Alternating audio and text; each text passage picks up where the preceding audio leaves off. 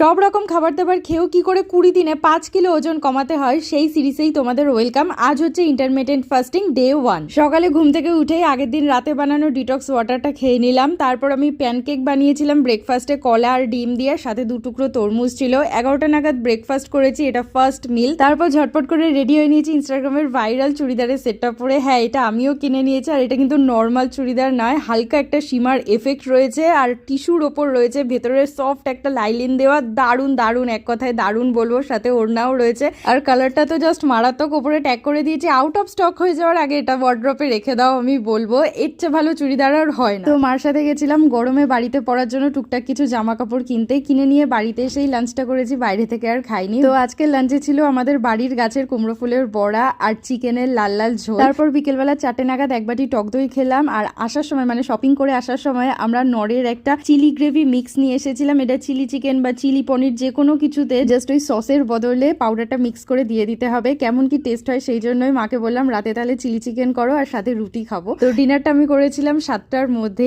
এবার আমার 16 ঘন্টা গ্যাপ রাখতে হবে, পরের দিন সকাল 11টায় আবার ফার্স্ট মিলটা হবে।